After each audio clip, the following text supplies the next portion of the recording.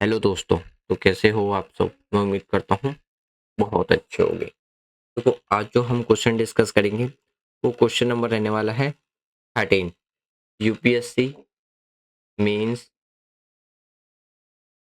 2025 GS 2 का question है ये, जो क्वेश्चन मैंने आज उठाया है। तो अभी हमारा यही डिस्कशन चलता है। लास्ट क्लास में हमने क्वेश्चन नंबर 12 डिस्कस करा था, काफी ब्रीफ में डिस्कस करा था। आज हमारा 13 क्वेश्चन था, सिमिलर उसी पैटर्न पे डिस्कस करेंगे जिस पैटर्न से अभी तक हम डिस्कस करते आ रहे थे।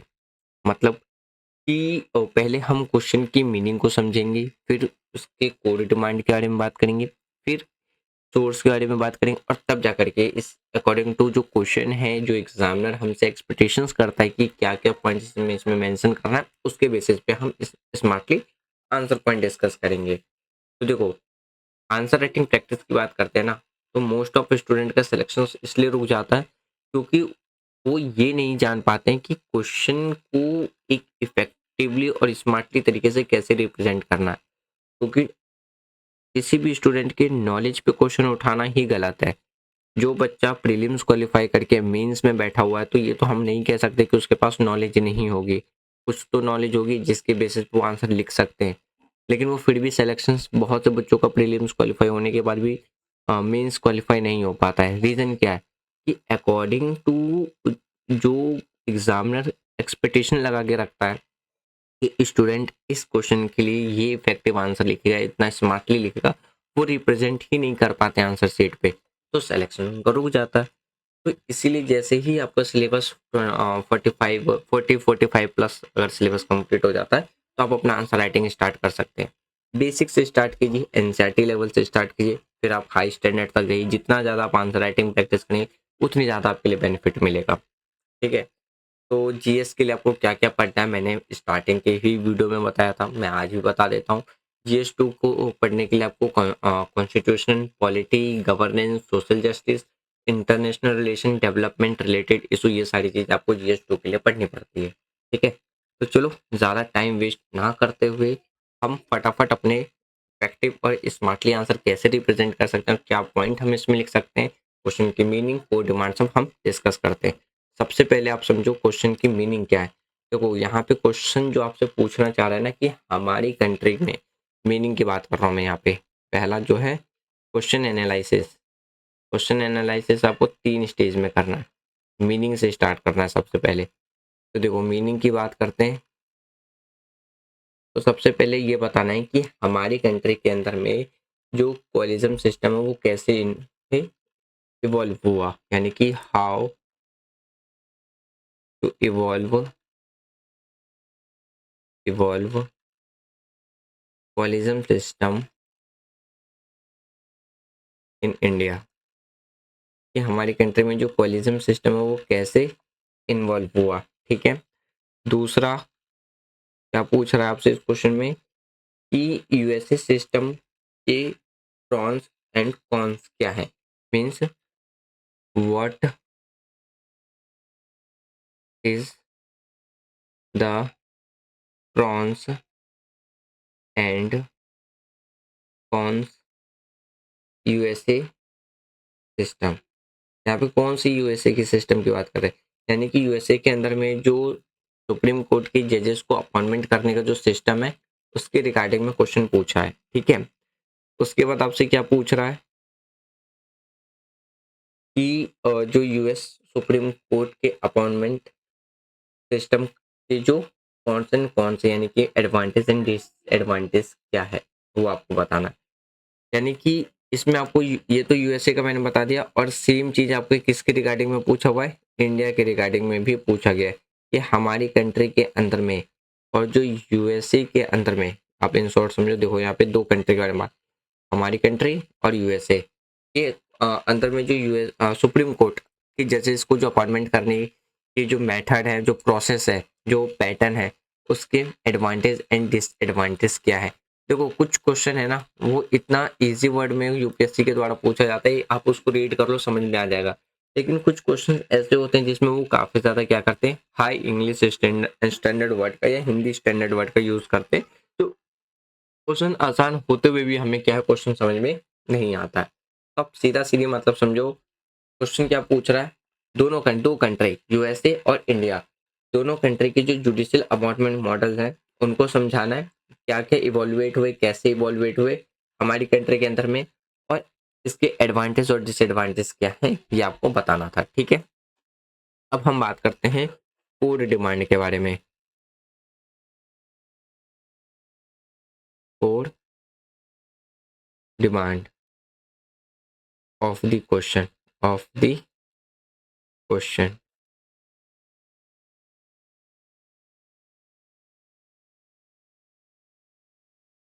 कोड डिमांड में आपको क्या क्या देखने को मिलेगा, या एग्जामिनर आपसे क्या क्या जानना चाहता है, या क्वेश्चन की डिमांड क्या है। पहला है एक्सप्लेन, एक्सप्लेन इवोल्यूशन, कि यहाँ पे जो एक्सप्लेन करना वो अपनी कंट्री के रिगार्डिंग में करना, ना कि यूएसए के रिगार्डिंग में। पता चला आपने जो यूएसए के अंदर में जो इवोल्यूशन हुआ आप उसको एक्सप्लेन कर रहे हो, नहीं, यहाँ पे हमारी कंट्री के अंदर में जो हुआ था उससे रिलेटेड है।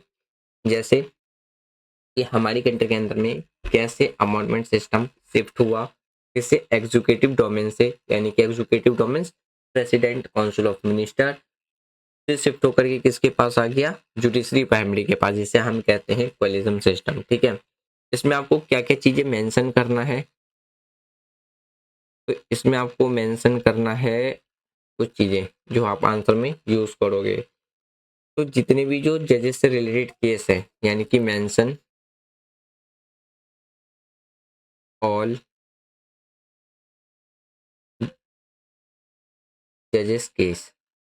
अब जजेस केस में कौन कौन सा था, एक था 1981 में, दूसरा 1993, तीसरा 1998, एंड जो चौथा केस था वो था 2015 में।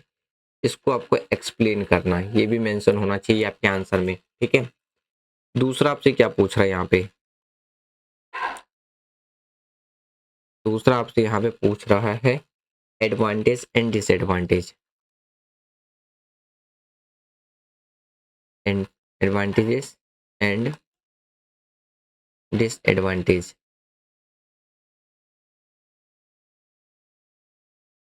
ये दोनों के लिए पूछ रहा है, यानी कि आपको किस किस के लिए लिखना है,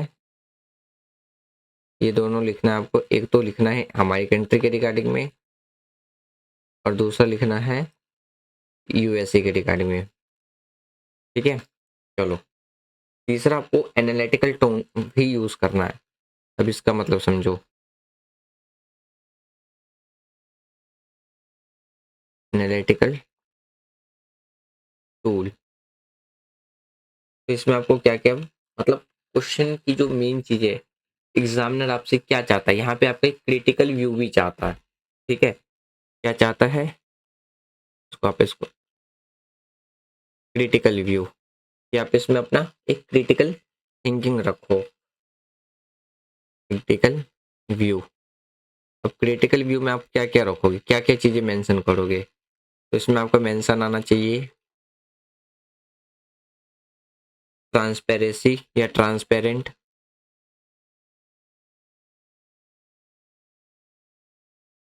ट्रांसपेरेंट। दूसरा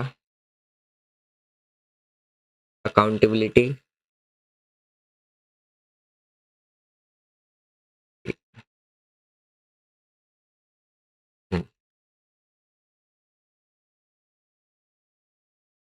अकाउंटेबल। एंड तीसरा आपसे क्या जानना चाहता है, रिफॉर्म, नीड रिफॉर्म, कि क्या हमारी कंट्री के अंदर में जो जुडिशरी सिस्टम है उसमें ट्रांसपेरेंट, अकाउंटेबल या रिफॉर्म की जरूरत है। इसके बेसिस पे आपको क्या करना था, क्वेश्चन लिखना था। तो देखो यहाँ पे मैंने आपको क्या क्या चीजें बताई, कोड डिमांड बताया, मीनिंग बताया। अब समझे, अब जो समझो सोर्स के बारे में समझो कि सोर्स क्या क्या देखने को मिलेंगे। तीसरा है source,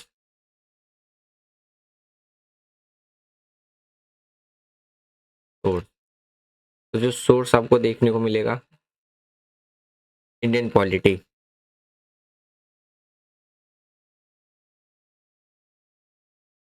Indian polity, chapter judiciary. ये तो आपको क्वेश्चन पढ़ के ही समझ में आ गया होगा कि जुडिशरी से रिलेटेड क्वेश्चन है। लेकिन ना इसके ये तो आपको बेसिक सोर्स मालूम चला कि हाँ ये जुडिशरी से रिलेटेड है, लेकिन इसके रिगार्डिंग में आपको कुछ केस स्टडी भी पढ़ने हैं। Case study. अब देखो केस स्टडी की बात करते हैं, तो कौन कौन सा केस स्टडी है। पहला है एसपी गुप्ता वर्सेस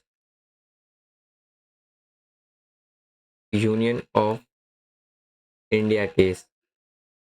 कब हुआ था ये हुआ था 1981 में, मैंने ऊपर में बताया था ना।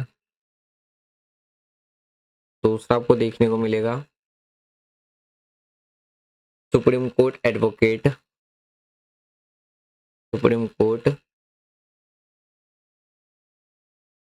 Advocate on record, on record versus union of India, union of India case. ये कब देखने को मिलेगा, 1993 में। ये सेकंड जजेस के लिए था। किसके लिए था, सेकंड जजेस। और यहीं से कॉर्नेलिज्म सिस्टम की क्या थी, नींव पड़ी थी।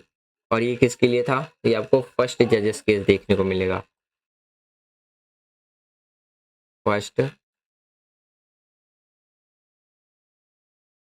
जजेस केस। ठीक है। तीसरा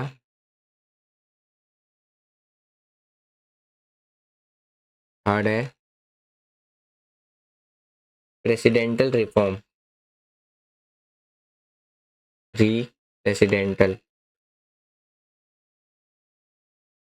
presidential reform, sorry reference not reform, reference.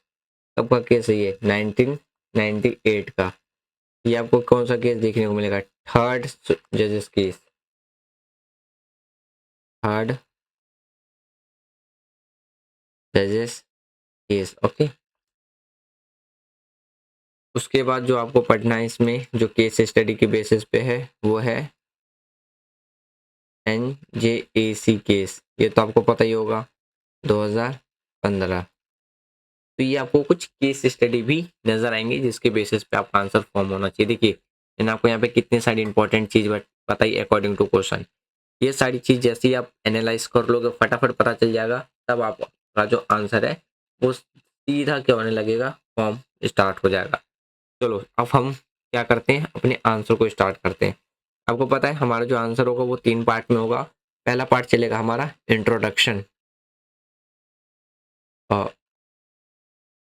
Introduction यानी कि आपको परिचय में क्या क्या लिखना है या आंसर कहाँ से स्टार्ट करना है। तो इसमें आपको यूज करना है, स्टार्ट करना है आर्टिकल, आर्टिकल 124 एंड आर्टिकल 217। अब ये दोनों आर्टिकल आपको मालूम होना चाहिए।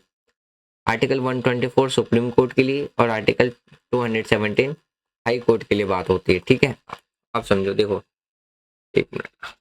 हाँ, अकॉर्डिंग टू आर्टिकल 124 क्या कहता है, वो ये कहता है कि सुप्रीम कोर्ट के जजेस को अपॉइंटमेंट करने की पावर किसके पास है, प्रेसिडेंट के पास। वैसे इन दोनों के जजेस को अपॉइंटमेंट करने की पावर किसके पास है, प्रेसिडेंट के पास है। लेकिन क्या प्रेसिडेंट अपनी मर्जी से कर सकता है, नहीं। ये करेगा सीनियर जजेस के कंसल्ट पे। ठीक है, chief justice of India and senior जजेस के, जो भी जजेस हैं उसके कंसल्ट के बेसिस पे वो क्या करेगा, जजेस को अपॉइंटमेंट करेगा। ठीक है, ये according to article 124 and article 127, sorry article 270 high court और सुप्रीम कोर्ट के लिए। तो कहीं ना कहीं हमें क्या पता चलता है कि जो एग्जीक्यूटिव के पास क्या है, ज्यादा पावर था। लेकिन टाइम के साथ साथ सुप्रीम कोर्ट के जो जजमेंट्स थे उन्होंने कंस्टिट्यूशन को क्या कर दिया, करेंसी में बदल दिया। तो जिसमें बाद में क्या देखने को मिलेगा आपको, जो कॉलेजियम सिस्टम है वो देखने को मिलेगा। ठीक है, तो आज के टाइम पे कॉलेजियम सिस्टम ही एक ऐसा मेथड है, पैटर्न है हमारी कंट्री के अंदर में, जहाँ पे क्या है, जजेस को अपॉइंटमेंट किया जाता है और जिसकी वजह से कहीं ना कहीं जो एग्जीक्यूटिव पावर है, ठीक है, ठीक-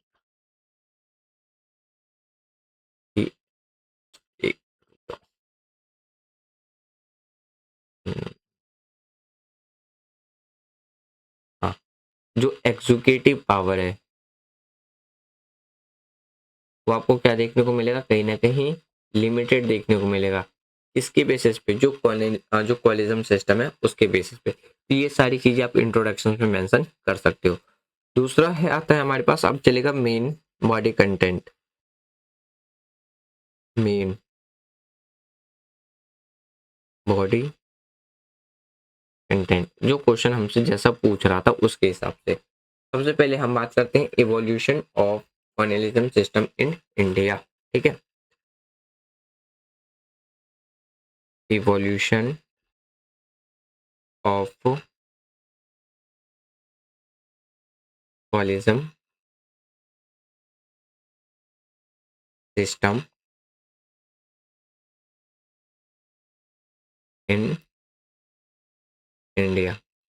तो इसमें आप कौन कौन से पॉइंट को मेंशन करके लिख सकते हो। तो इसमें आपको जो सबसे पहला पॉइंट आएगा वो आएगा कॉन्स्टिट्यूशनल प्रोविजन। पहला पॉइंट क्या है, कॉन्स्टिट्यूशनल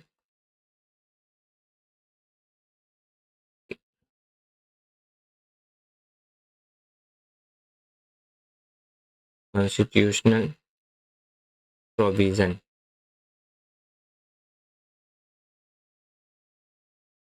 दूसरा पॉइंट, फर्स्ट जजेस केस। फर्स्ट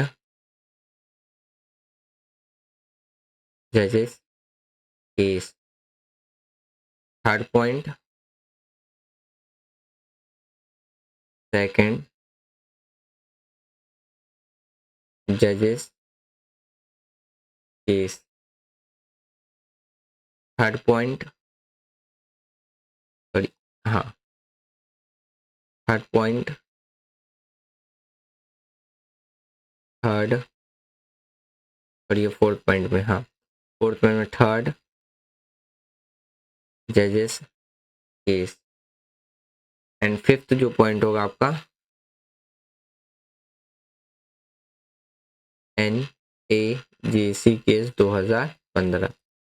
अब हम एक एक करके इन पॉइंट्स को समझते हैं। देखो, अगर हम कॉन्स्टिट्यूशनल प्रोविजन की बात करें तो according to article 124 supreme court के लिए एंड आर्टिकल 217 हाई कोर्ट के लिए, तो प्रेसिडेंट इन्हीं आर्टिकल के अकॉर्डिंग क्या करता है, हाई कोर्ट और सुप्रीम कोर्ट के लिए जजेस अपॉइंटमेंट करता है।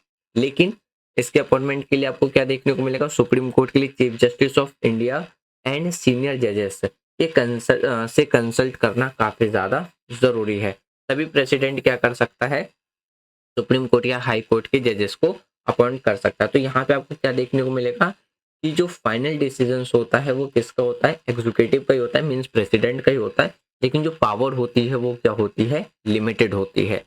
देखो, फर्स्ट जजेस केस की बात करते हैं, जो कि कब हुआ था, 1981 में। 1981 में, तो इसमें सुप्रीम कोर्ट ने कहा था कि जो कंसल्टेशन है और जो कॉन्सिक्यूरेंस है का मतलब होता है फाइनल डिसीजन, किसका, एग्जीक्यूटिव का। तो एग्जीक्यूटिव डोमेन्स क्या था उस टाइम पे, कंटिन्यू था, अगर हम फर्स्ट जजेस केस की बात करते हैं। सेकंड केस में आपको क्या देखने को मिलेगा, थोड़ा सा चेंजेस देखने को मिलेगा और यहीं से जो बॉर्न हुआ था कॉर्नेलिज्म सिस्टम, वो यहीं से हुआ था, सेकंड केस से। तो देखो, supreme court advocate on record versus union of India, जो कि 1993 का केस था, तो उसमें कोर्ट ने कहा था कि अपना पुराना जो स्टांस था उसको बदल दिया और बोला कि अपॉइंटमेंट्स जो होगी जुडिशरी में, वो यानी कि जजेस की अपॉइंटमेंट के लिए जुडिशरी ही क्या लेगी, डिसीजंस लेगी। और यहीं से कॉर्नेलिज्म सिस्टम क्या हुआ था, बॉर्न हुआ था। और उस टाइम पे एक चीफ जस्टिस ऑफ इंडिया और प्लस दो सीनियर मोस्ट जजेस थे जिन्होंने प्रेसिडेंट को क्या किया था, प्रेसिडेंट के साथ कंसल्ट किया था और तब जाकर के जजेस की अपॉइंटमेंट की गई थी। तो जुडिशरी ने अपनी प्राइमेसी वहां पे क्या करी थी, इस्टेब्लिश करी थी। हर जजेस केस की बात करते हैं तो इसमें जो प्रेसिडेंट रेफरेंस था, यानी कि कॉलेजियम सिस्टम जो था वो एक्सपेंड हुआ था। अब chief justice of India plus 4 senior जजेस मिलकर के क्या करने लगे थे, डिसीजंस लेने लगे थे। तो रिकमेंडेशंस एग्जीक्यूटिव के लिए क्या बन गया था, बाइंडिंग बन गया था। तो ये चेंजेस आपको देखने को मिलेगा। चौथा जो हमारा था एनजीएसी केस, यानी कि पार्लियामेंट ने जो 99 कॉन्स्टिट्यूशन अमेंडमेंट एक्ट किया था, नेशनल जुडिशियल अपॉइंटमेंट कमीशन, तो इसको जो बनाया था तो इसमें क्या था, एग्जीक्यूटिव जो जुडिशरी प्लस एमिनेंट जो पर्सन्स होते थे उस पर सुप्रीम कोर्ट ने इशू ये कह के अनकॉन्स्टिट्यूशनल डिक्लेयर कर दिया, बोला कि जुडिशियल इंडिपेंडेंस क्या हो रहा है वहां पे वायलेट हो रहा है। तो इस बेसिस पे उसको क्या कर दिया था, अनकॉन्स्टिट्यूशनल डिक्लेयर करके उसको हटा दिया।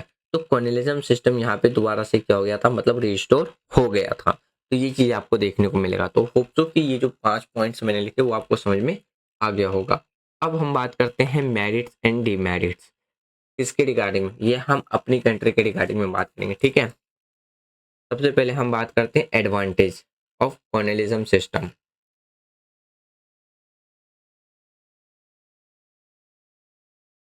Advantage,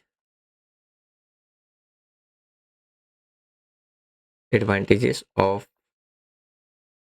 the collegium system. Collegium system,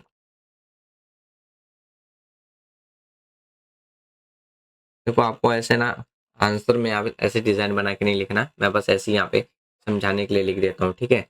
तो इसमें आपका सबसे पहला जो पॉइंट आएगा वो क्या आएगा, ensure judicial independence. Judicial independence. दूसरा point, institutional memory use. Use institutional memory, use institutional memory. Third point, merit based appointment. Merit based appointment.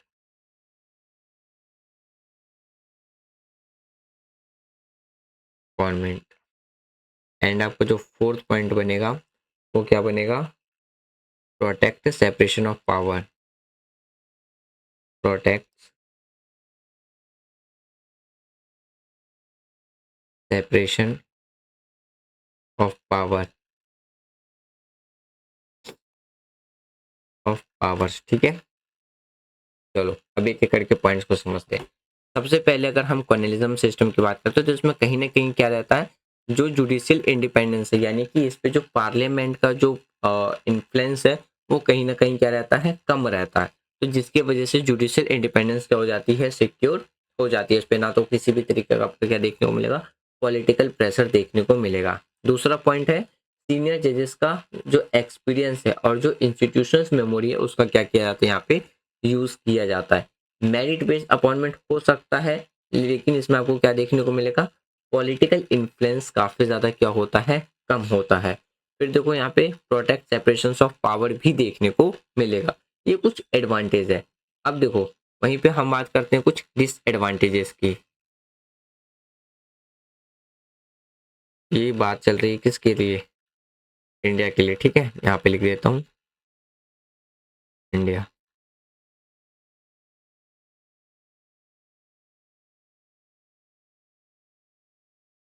Disadvantage,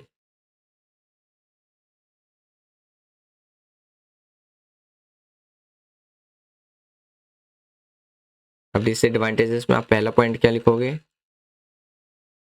opaque क्यू प्रोसेस। दूसरा point accountability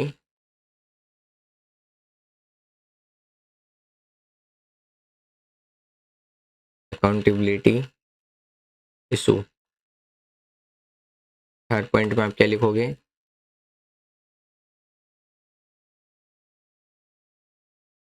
diversity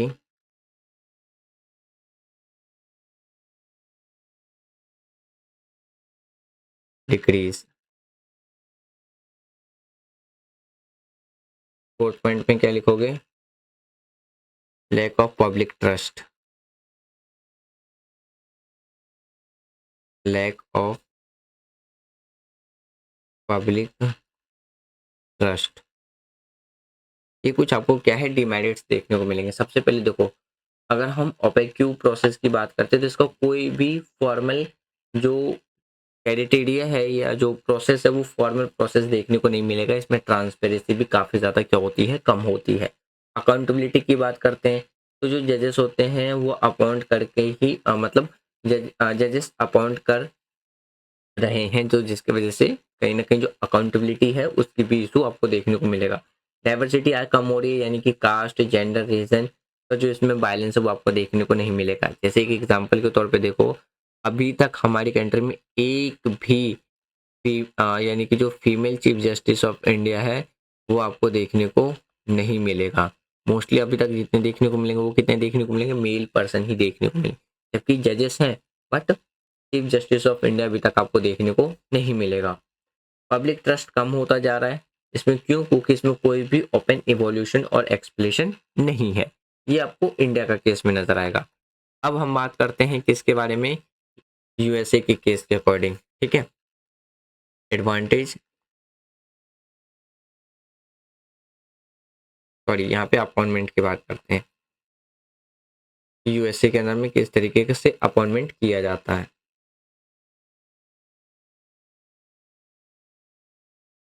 appointment in USA.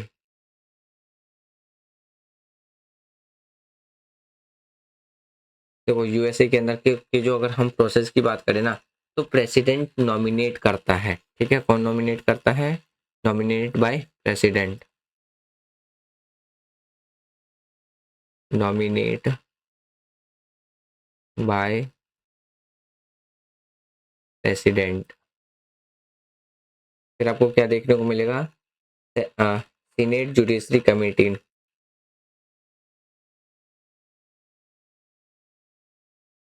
Senate judiciary committee. Judiciary committee. फिर आपको क्या देखने को मिलेगा? Senate vote. Senate vote. फिर one once approved. Once approved. अब एक एक करके हम इन पांचों पॉइंट को समझते हैं। ठीक है, देखो, प्रेसिडेंट नॉमिनेट करता है जब वैकेंसी खाली होती है यूएसए के अंदर में, किसकी? सुप्रीम कोर्ट की जजेस की, ये जो चीफ जस्टिस ऑफ यूएसए हैं। फिर सीनेट जुडिशरी कमेटी नॉमिनी जो नॉमिनी है उनको क्या करते हैं? पब्लिकली क्वेश्चंस करती है, यानी कि पब्लिक उनसे क्या करती है? क्वेश्चन करती है। सीनेट वोट करती है, सिंपल मेजोरिटी के द्वारा ही वोट करके अपने जजेस को वो चुनती है।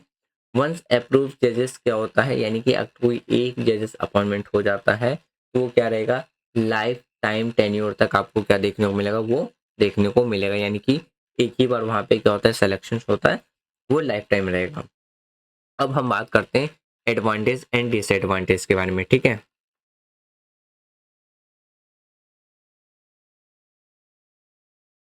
Advantages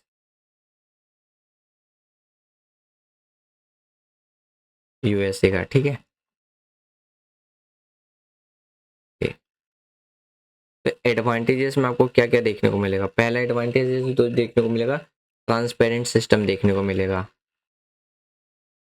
transparent system. दूसरा check and balance, check and balance. तीसरा डेमोक्रेटिक। ये क्या है, कुछ एडवांटेजेस हैं, अब एक एक करके समझो। सबसे पहले अगर हम ट्रांसपेरेंट सिस्टम की बात करते हैं तो पब्लिक क्या करती है, पब्लिक हियरिंग होती है वहाँ पे, तो जिसकी वजह से क्या देखने को मिलता है, एक ट्रांसपेरेंट सिस्टम देखने को मिलेगा। चेक एंड बैलेंस की बात करें तो एग्जीक्यूटिव प्लस लेजिस्लेटिव दोनों ही इसमें क्या होते हैं, इन्वॉल्व होते हैं। डेमोक्रेटिक की बात करते हैं, जो लेगिटिमेसी है वो इलेक्ट होती है, यानी कि इलेक्टेड बॉडीज होती है, तो इस वजह से वहाँ पे आपको क्या देखने को मिलेगा, डेमोक्रेटिक देखने को मिलेगा। ठीक है, अब कुछ डिसएडवांटेजेस की भी बात कर लेते हैं।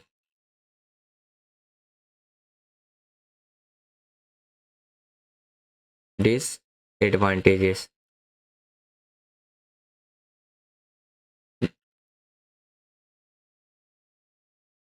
डिसएडवांटेजेस में आपको क्या क्या देखने को मिलेगा, पहला जो देखने को मिलेगा वो क्या देखने को मिलेगा, हाईली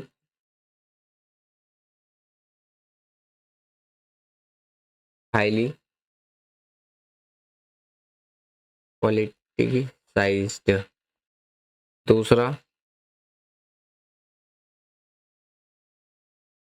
पार्टीशियन ग्रिड लॉक। तीसरा लाइफ टाइम टेन्योर। अब इसका मतलब समझो, देखो इसमें आपको क्या देखने को मिलेगा, हाईली पॉलिटिसाइज्ड की बात करते हैं तो ये किसके द्वारा चलाया जाता है, यानी कि रनिंग पार्टी के अकॉर्डिंग या रनिंग पार्टी की आइडियोलॉजी के हिसाब से नॉमिनेशंस होता है। पार्टीशंस ग्रिड लॉक की बात करें तो और जो अपोजिशंस होते हैं वो ब्लॉक कर सकता है अपॉइंटमेंट को। ठीक है, फिर जो भी जजेस एक बार अपॉइंटमेंट हो जाता है तो लाइफ टाइम टेन्योर से जो आइडियोलॉजी डेकेड्स तक क्या होता है, ये इंटरेक्टेड हो जाता है, ये आपको देखने को मिलेगा। अब हम कुछ क्रिटिकल कंपैरिजन की बात करते हैं। ठीक है, इसके बारे में क्रिटिकल कंपैरिजन, जो कि क्वेश्चन ने ये भी पूछा था आपसे कि आपको क्या करना है, क्रिटिकल एग्जामाइन भी करना है। क्रिटिकल कंपैरिजन, देखो क्रिटिकल कंपैरिजन की बात करते हैं ना, दोनों देशों की जो जुडिशरी सिस्टम है, हमारी कंट्री में जुडिशरी क्या है, इंडिपेंडेंस है। ठीक है, स्ट्रॉन्ग इंडिपेंडेंस, बट ट्रांसपेरेंसी काफ़ी ज़्यादा क्या है, कम देखने को मिलेगा। तो यहाँ पे आपको क्या है, judiciary independence, judiciary independence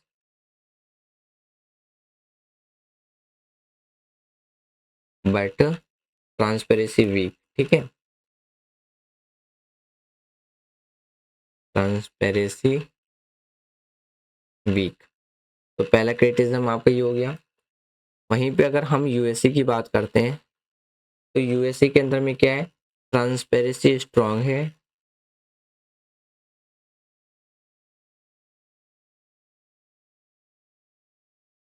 transparency strong but political political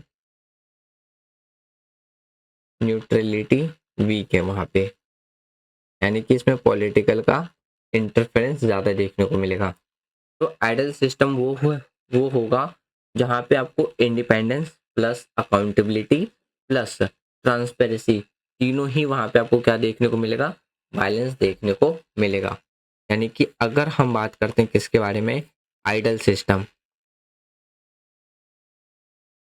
idol system,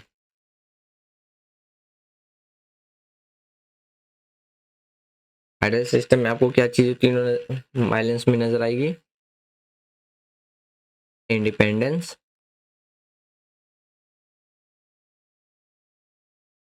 independence plus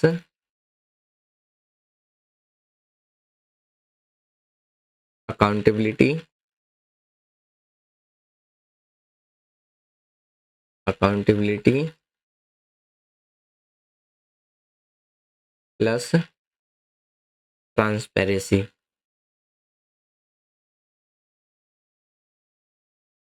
transparency, ये तीन आपका क्या होगा, बैलेंस होगा। तब जाकर के कहीं ना कहीं आपको क्या देखने को मिलेगा, एक प्रॉपर वे देखने को मिलेगा जुडिशरी सिस्टम में। ठीक है, एज ए कंक्लूजन आप क्या लिख सकते हो कि जो कोलिजम सिस्टम है हमारी कंट्री के अंदर में, तो जुडिशरी को एग्जीक्यूटिव के इन्फ्लुएंस से बचाया है। ये जुडिशियल इंडिपेंडेंस के कोर पार्ट में से एक है, मतलब कोर पार्ट है कि जो आज के टाइम पे हमारी कंट्री में क्या है, जुडिशरी इंडिपेंडेंस है। ये जुडिशियल इंडिपेंडेंस का क्या रहेगा, कोर पार्ट देखने को मिलेगा। लेकिन अगर हम सिस्टम में बात करें, ट्रांसपेरेंसी और अकाउंटेबिलिटी होना भी काफी ज्यादा जरूरी है, जो कि हमारी कंट्री के जुडिशियल सिस्टम में आपको वीक देखने को मिलेगा। इंडिया को यूएसए जैसे पब्लिक सुरेनिटी वाले मॉडल से कुछ लर्निंग यानी कि कुछ लेसन सीख लेनी चाहिए। लेकिन हाँ, इसका मतलब ये नहीं कि हमारी कंट्री के अंदर में जो जुडिशरी सिस्टम है उसकी इंडिपेंडेंस को हम क्या कर दें, अनदेखा कर दें। तो इंडिपेंडेंस बिना कॉम्प्रोमाइज किए एक रिफॉर्म्ड मॉडल जैसे collegium plus oversight committee long term solutions हो सकता है। तो इस बेसिस पे आप क्या कर सकते हो, एक इफेक्टिव आंसर लिख सकते हो। होप सो फ्रेंड, जो भी पॉइंट्स आज हमने डिस्कस करे वो आपको कंप्लीटली समझ में आ गया होगा। देखो यहाँ पे मैंने इसलिए ये सारे पॉइंट्स लिख दिए ताकि आप अपना रिवीजन नोट्स बना सकते हो यहाँ से। तो आप रिवीजन नोट्स बना लो, जो एक्सप्लेनेशन है उसके बेसिस पे आपको लिखना आप लिख लो। आपके लिए आज का होमवर्क है आर्टिकल 124 एंड आर्टिकल 217 पढ़ना है, और जो जुडिशरी वाला सिस्टम है उसको भी रीड करना है। ओके, मिलते हैं नेक्स्ट वीडियो में जिसमें हम क्वेश्चन नंबर 14 डिस्कस करेंगे। टेक केयर, जय हिंद, बाय बाय।